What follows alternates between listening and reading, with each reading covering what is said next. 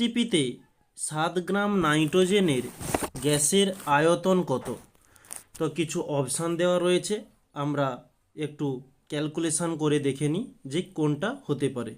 Nitrogen বলেছে, নাইট্রোজেনের সংকেত হয়ে থাকে N2। তো এর আণবিক ভর, ওকে, আণবিক ভর কত?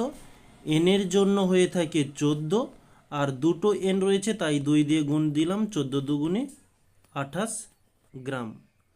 এখন আমরা এখানে লিখতে পারি যে এসটিপিতে 28 গ্রাম নাইট্রোজেন মানে N2 এর আয়তন 22.4 লিটার। তাহলে আমাদের প্রশ্নে 7 গ্রাম বলেছে, 7 গ্রাম N2 এর আয়তন হয়ে যাবে 22.4 বাই 28 ইন্টু 7।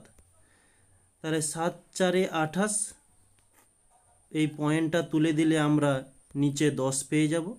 2 দিয়ে দিলে 2 দুগুণে 4, 2 একে 2, 2 একে 2, 2 দুগুণে 4 হচ্ছে। আবারও 2 দিয়ে চলে যাবে, 2 5 10, 2 6 12। তাহলে আমরা কি পাচ্ছি? উপরে 56, নিচে 10।